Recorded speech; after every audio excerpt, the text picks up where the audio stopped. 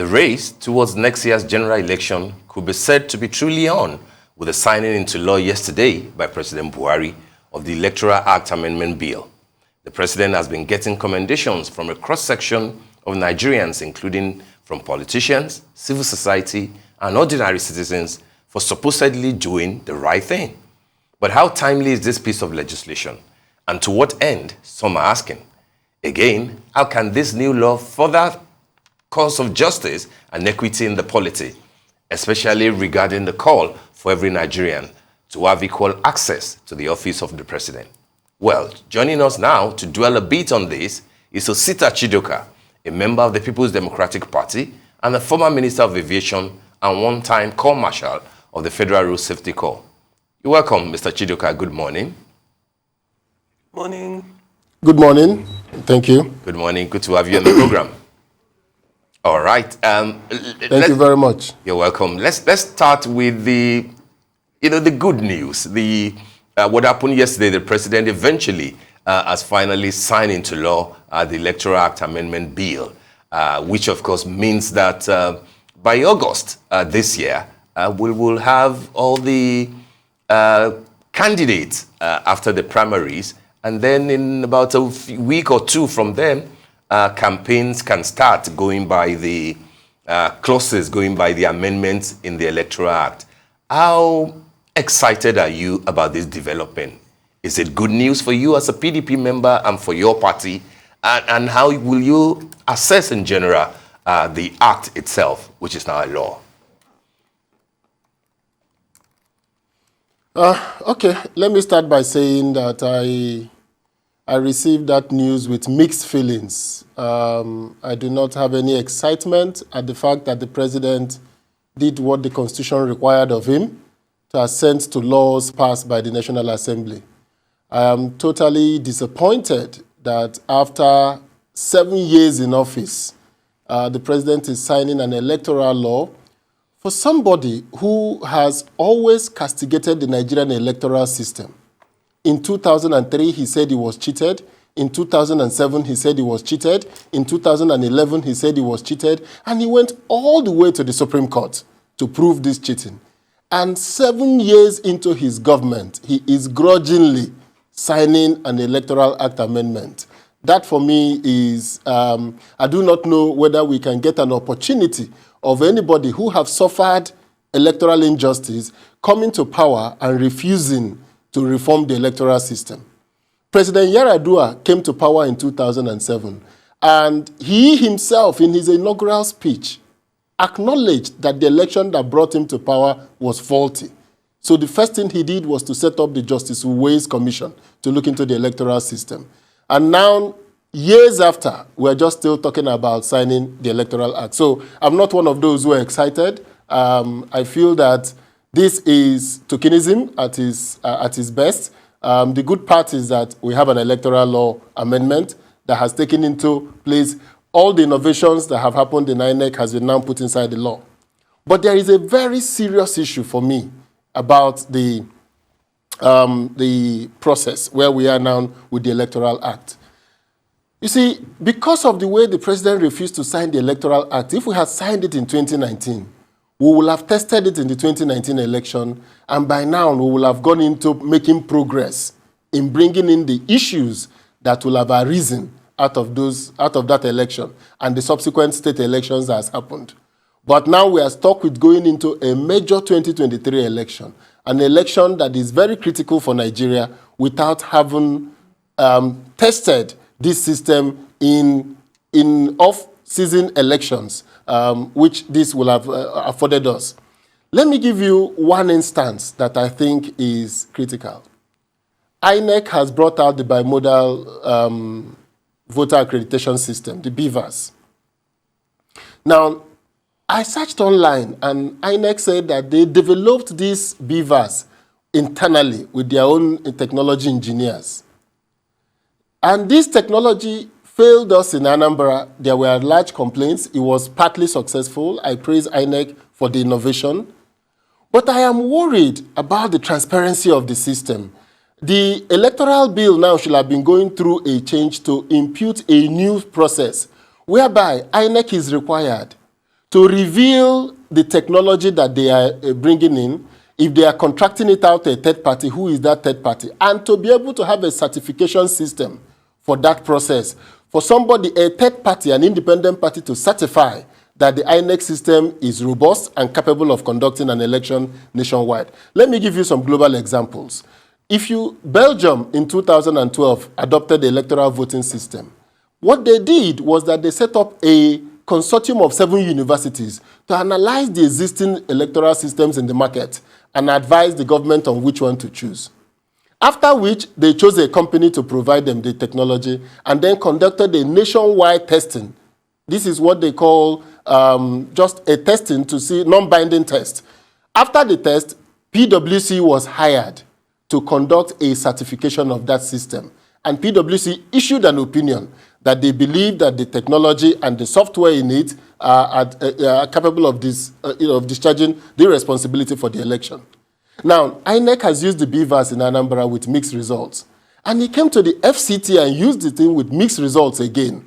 The question now is, are we going to go to 2023 election without knowing what constitutes this system, without the Nigerian Standards Organization setting up a standard on what should be an electronic platform for voting and what should be the requirements?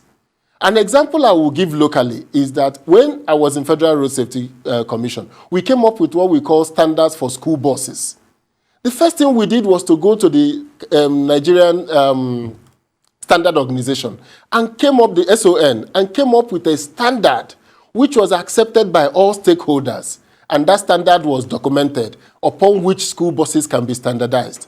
So I do not see why INEC, in an election, in an issue that has grave potentials to damage the country, in an issue that can cause serious trouble in the country, will go ahead and institute a system that has not been certified by a third party, that there are no standards. So I'm calling on the National Assembly to quickly pass a law setting out the standards for certification of electoral systems, because that will make it possible that while we are talking about imbibing technology, we know that the technology we have imbibed is capable of discharging these functions.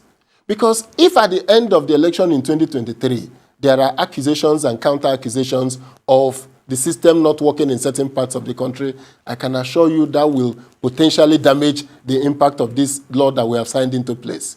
In 2015, we know that there were millions of voters who voted across the country without going through the verification process of INEC of 2015. So that is what INEC is trying to cure. And INEC has made tremendous progress, and I applaud them for the progress they've made in technology. But I'm saying we cannot entrust them to be their own examiner, to mark their own paper. A third party. The country must involve one of the top 4 consulting firms in the world to go and certify this system.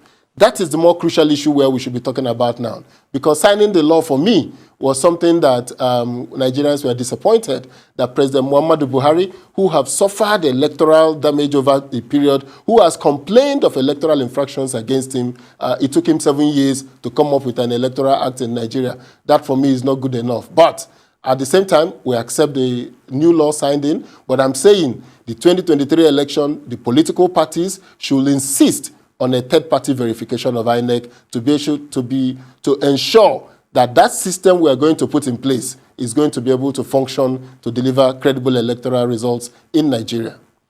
All right, just a quick follow-up, Mr. Chidoka. I'm wondering, I mean, first, you're not so excited, as you have said, about what the president has done. But then he has done it, as people have acknowledged, in 7 years. Don't forget that he came at a time after your party, the PDP, had spent 16 years. Will it be because there were no... PDP was in power, unbroken for 16 years, that the party didn't think of a law like this, for example? The APC that thought of it has done it. You're talking about an amendment. You're talking about an amendment of a law. Those amendments. President Jonathan signed the amendment. President Jonathan signed the amendment. Did all the innovations that introduced the voter accreditation system that was existing before this one. What happened was that because he wasn't specifically mentioned, the Supreme Court in a judgment said that he was unknown to the law. That's why this amendment is now being made to domesticate what the PDP instituted. It is what the PDP instituted that made us lose the 2015 election. If not for the electoral system that was in place, the card reader, there was no way PDP could have lost the 2015 election. So what would have happened is that what the law required was for the National Assembly to include in the law these processes that had already been done by the PDP. Don't forget that. So anybody coming here to talk about the law is an amendment to bring into the law what has already been done by the PDP government. Indeed. None of these innovations were done by the APC government. It was done by the PDP. That's correct. But the amendments are necessary and they have been signed into law. The BVAS, as you acknowledge, is meant to be an improvement over the, the card reader that had issues, even for the former president, Jonathan, when he was voting. But my question specifically is, how independent will INEC remain if they are, as you are recommending, a third-party verification of what has been done? Does the law allow that? And do you think that that is the proper, that's the direction? And how will it happen?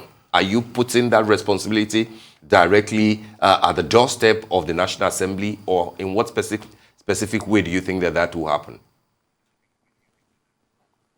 I think there are two ways to go. The first one is for INEC to voluntarily, on its own, contract advertise and contract a third-party company to do a system evaluation of the INEC system. The details of the report doesn't need to be made public, but that company needs to issue an opinion that based on the data they have, based on the tests they conducted, this system is robust enough to conduct election from Birnin Kebbi to Yenogua, from Maiduguri to Ilaje in Ondo State. We've tested this system and it's possible that it can deliver what it is intended to deliver.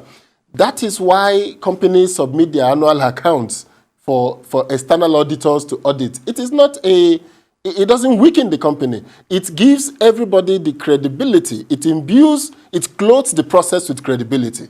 While we have standards, which I'm saying that by law, the National Assembly should make a law to create a standardized process. In the US, where they have multiple electoral systems, every state has its own electoral system that we use to conduct elections. There is a national body for the certification of the system to ensure that that system is in compliance with the standards as set up by a committee.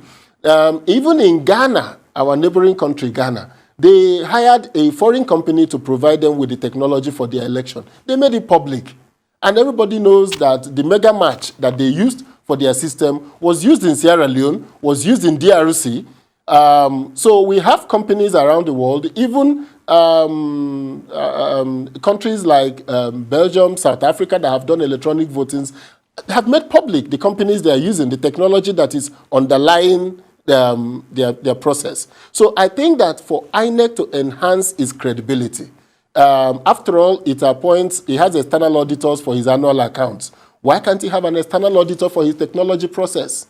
Because we need to be confident that that system, despite, even if we meet challenges in future, we will know that that system had gone through a process and is properly satisfied. It will truly make INEC an independent body. I'm surprised the political parties did not collate this at the elections in Anambra and FCT to make this demand on INEC. But as a member of the PDP, I am of the strong opinion that we need INEC system to be certified. We need that process to be made clear so that we know what we are going in as we go for the 2023 elections. But the president signing the law, for me, is a function of the president. He needs to sign laws. He's been signing budget laws every year. So I do not see why the excitement. What we should be talking about is the political will to make sure that the provisions of that law is carried out effectively. But yes, a lot of good has been brought in by that amendment. Understood. I wonder if we can change gears a little and still kind of change our focus in this conversation. You've made it very clear, we've introduced you as such, you've made reference to it, that you are a member of the People's Democratic Party. And when we discuss Nigeria's ethnic differences, most especially within the purview of politics, the PDP has made it clear that zoning per se isn't its foremost priority. They care about bringing out candidates regardless of their ethnicity and their background, who they think would be the best choices for primaries and going all the way up to the head office. But as somebody from the south or southeast, I don't want to make the wrong assumption. They're just judging by your first and last from name. the southeast. From the southeast. Okay, we got there in the end. From the southeast, I'd imagine that you're well aware of, political calls for the next president to be an Igbo person. How do you think about that, especially since your political party, the PDP, doesn't overtly have any intention or hasn't declared that it will zone those political opportunities by ethnicity? Well, I don't know if PDP has taken that position. PDP still says it's work in progress. And I believe that all the contending forces will resolve itself. Politics is a game of negotiation and conversation. So we will continue to have conversation in the PDP. But I want to make it very clear that the country has to confront its demons. 2023 is a point in the country when the country must discuss the issue of its convention.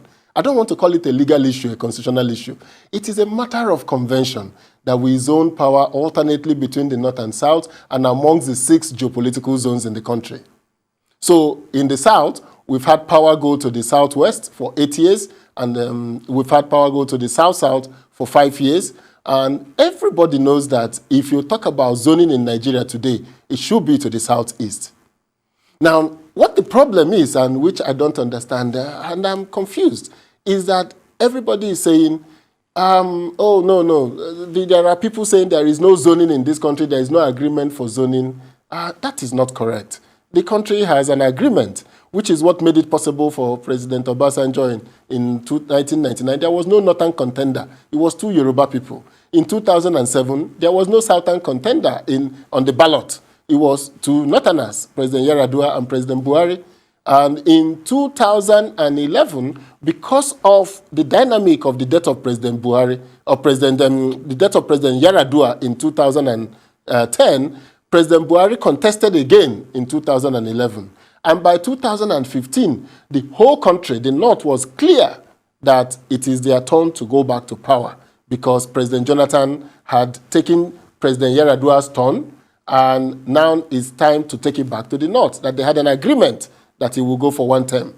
So I have been around in this country, and I've been in the room in many times when these conversations has been had. If anybody wants to be honest, if we want to build a nation, if we want to build that nation where no man is oppressed, that country where though tribes and tongues differ and we stand in brotherhood, this is the time for the country to collectively, again, zone the presidency to the southeast. The country will be left with the 2 political parties choosing the Igbo people of their choice in APC and PDP, and let the country make their choice. The country will be better off for it because the country will be establishing, again, like they did in the southwest, the type of Nigerian we want from every ethnic group. Because for President Buhari to become president, people have forgotten. President Buhari chose an Igbo vice president twice and went to meet Ojukwu in Enugu. He even went on the road in protest with Ikemba to fight against the high-handedness of the PDP government. So he knew that to be president, he needed to reach out to the South.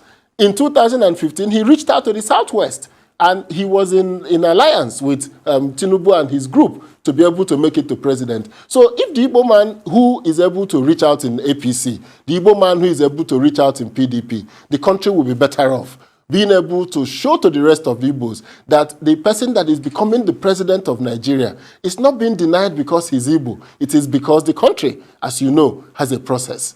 And in the view of the Igbo delegates to the 1995 Constitutional Conference, we made it clear that zoning should be a transitional process.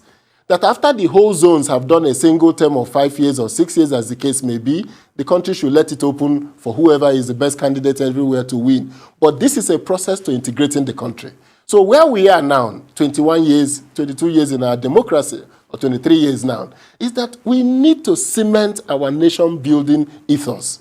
We need to make it clear to everybody that this is a nation and every part of the nation is part of this country. Then, after all the 6 zones have gone round in the political parties, we can always throw it open. Nigeria is work in progress. Nigeria is not ending tomorrow. So I don't know why people who feel that being a zoning power now will deny them of their presidency. No, it won't deny them. The country will continue after all of us. Many of the people who are saying there is no zoning today will not be president. Only one person can be president at any point in time. So I think that in fairness, for the country to continue to promote what makes us Nigeria, that thing that made it possible for us to go to a war in 1967, and by 1979, 9 years after the war ended, an Igbo man was vice president. That spirit of accommodation must continue in Nigeria.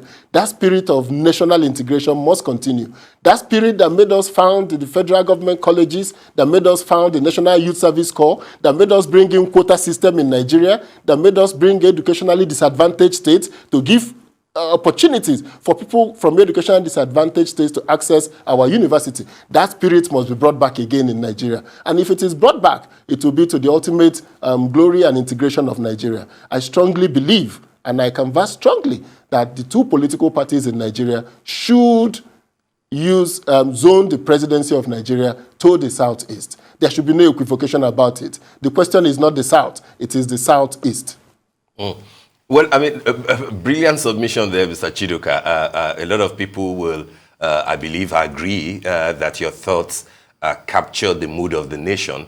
The APC, as you know, already has one leg, through the door by announcing that they have zoned to the south. Will it go to the southeast? We do not know yet. But for the PDP, that people were actually thinking will respect the convention that you referred to zone these to the south first and foremost, and then maybe to the southeast, is still dilly-dallying. Let's hope from what you have said that will happen. But in the event that happens, both parties zone power to the south, maybe to the southeast that you are hoping and proposing. Are there names that you think that Nigerians should begin to settle their minds on, to begin to interrogate their capacity and possible, candidacy? I know that a few across the 2 major parties have expressed their interest. You know them from PDP, the former secretary to the federal government, Pius Ahim, from the APC, different people. Do you have anybody in mind that you think can get the job done? Or will you also be persuaded to, throw your heart into the ring, except if you are considering the gubernatorial seat? And I also would like you to take, in another breath, with the answers that you will give to us, what role, we keep hearing rumors here and there, what role do you think that former President Goodluck Jonathan might likely play? Because we see clips saying that Jonathan is coming, Jonathan is returning. Returning to where? Returning to do what? Will he be the ace card for the APC so that power can temporarily come to the south for 4 years and then return for another 8 years to the north? I know that you know President Goodluck Jonathan very well. Will you by chance have an idea of what he's thinking as per the 2023 elections? Okay, so let me start with your first question, and I will answer it this way.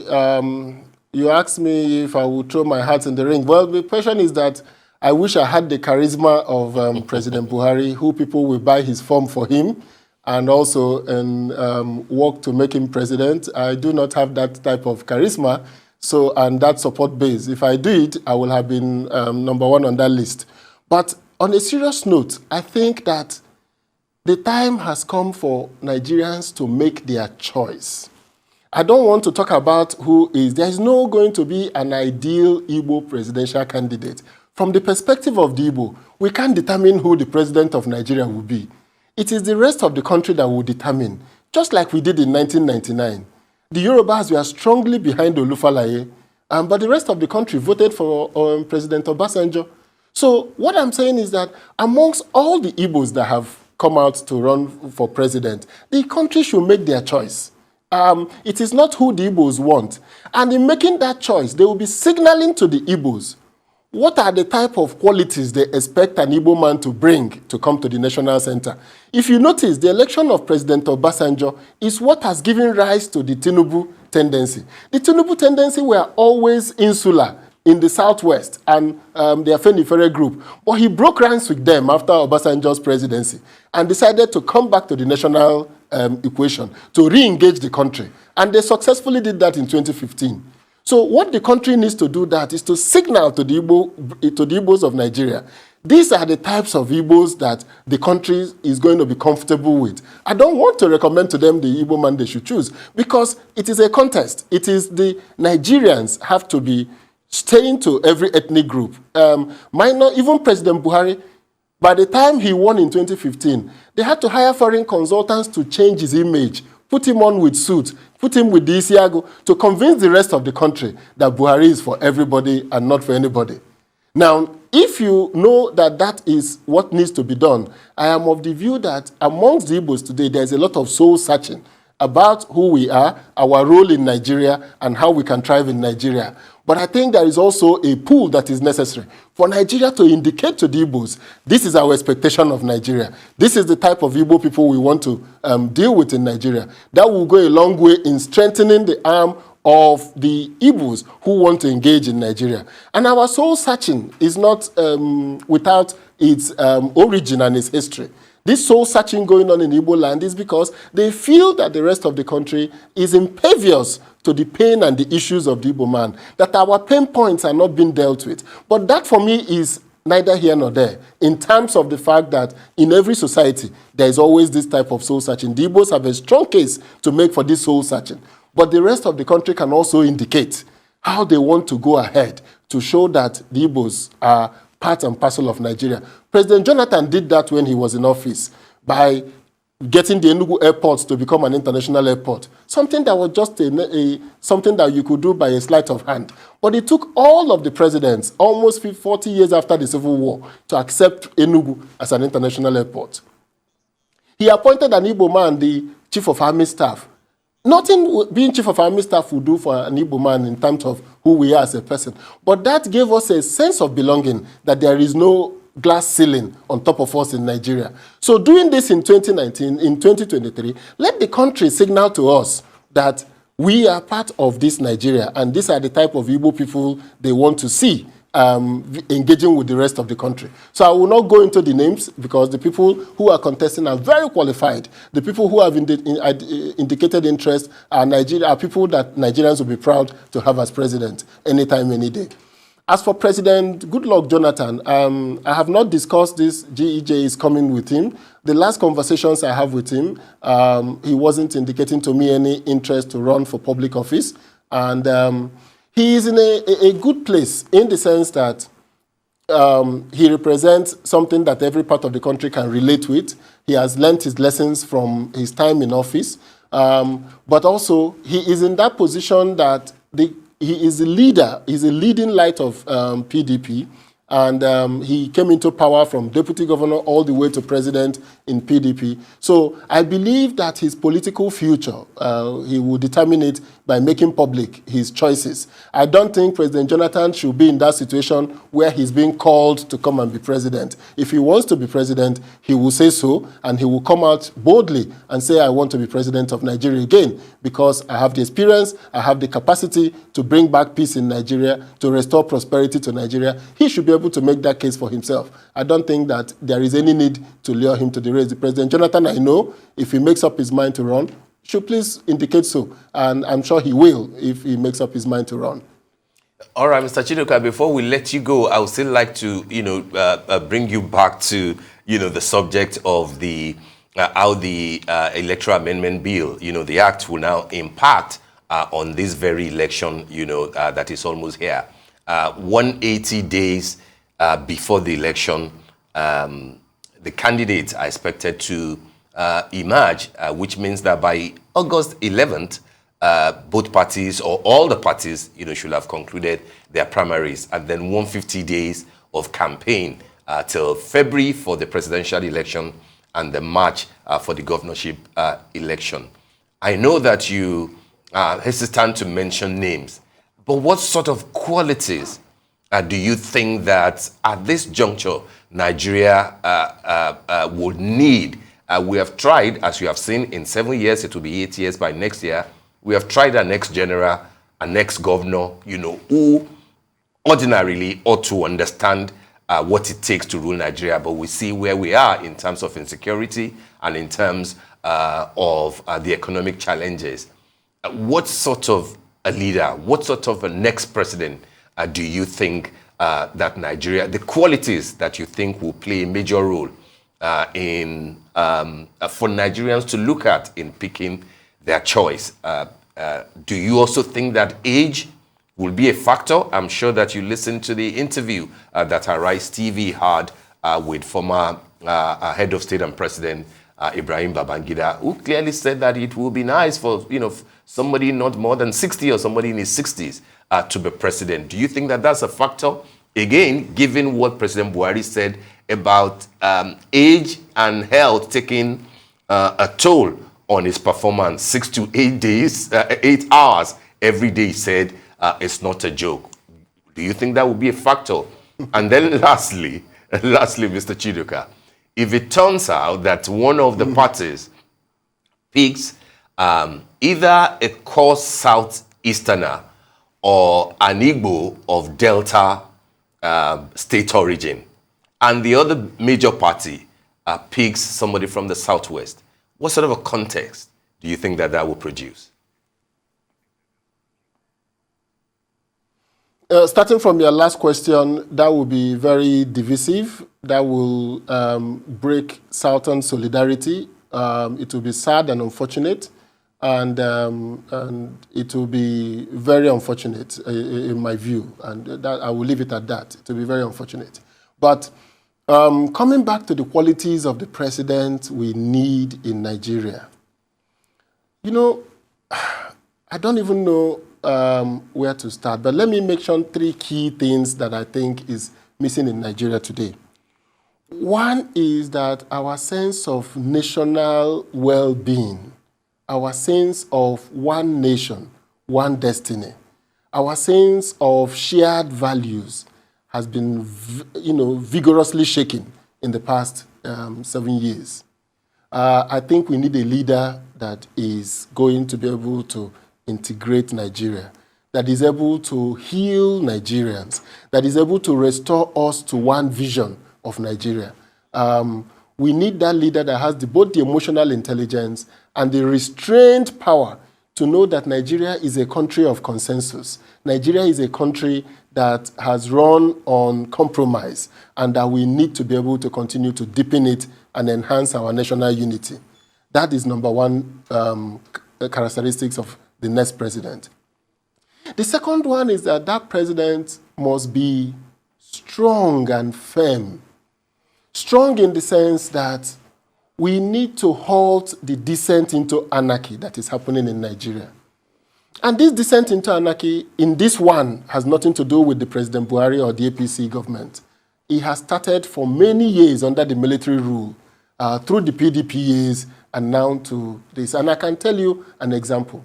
When it was that FRSC officers could not stop truck drivers on the highway, whenever we stopped a truck driver in my days in FRSC and charge him for some misbehavior, the truck drivers will block the road. And the government will negotiate with them, and sometimes we will return the vehicle to them or discharge the people that has been charged before they will unblock the road.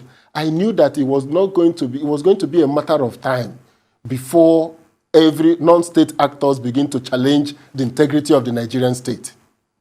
I knew it was a matter of time, because that descent into anarchy, that ability of non-state actors, of individuals to take over state institutions and begin to use it as private armies, of Nigerian political elite and business elite using Nigerian police as their personal guards, or using the courts as the place for them to get justice against people they are bigger than. I knew it was a matter of time before there would be a revolt. So rebuilding our state institutions is critical for Nigeria to make progress. And I'll tell you something. Every Nigerian talks about how our recurrent expenditure is high in Nigeria. And my view is that our recurrent expenditure is not high. What is high is our personnel cost. We have created too many institutions, employed too many people than what we require or what we have the ability to manage. Where we are missing the issue in Nigeria is that we need a president that understands that for you to hire a staff, you need to be able to provide him with the tools to work and be able to monitor him. So, is there anybody in Nigeria who does not know that our policemen are buying bullets from the black market when they are sent on guard duties? The police have not enough bullets to give them. Is there anybody in Nigeria who does not know that if you go to a police station and you want to write statement, you have to buy your own paper and get your own pen to be able to write the statement? Or don't we know that if you fall sick in a police cell today, that you are going to buy your own medicine because the police has no budget to provide you with any medicine? Who do not know that level 8 officers in Nigerian public service today do not have seats and tables to sit on? So what is at the problem of Nigeria is that the base of Nigeria is not functioning. I will give you a personal example. I'm about to go to court with the Abuja AMAC local government, Abuja municipal local government. I've lived in a house for 13 years. I pay tenement rates. And every year, AMAC will send me a tenement rate with the name, occupier, house number, such and such, in this street.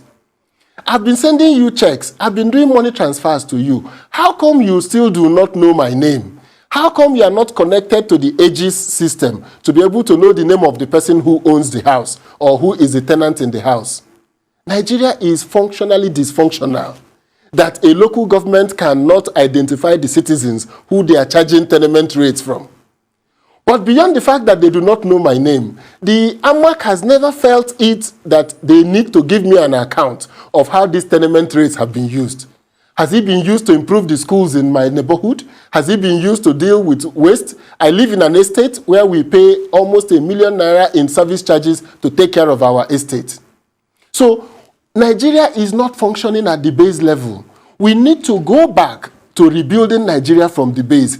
Anybody without a strong understanding of Nigerian public sector, of what it means for a state to function, of what it means to a state to cohere, all this talk about economy, of GDP, the talk about interventions are going to fail to naught if we cannot, at the base level, force the local government and the state to identify the citizens with things like the NIN that we have implemented, to link our people together, to begin to create responsibility for state actors across all levels.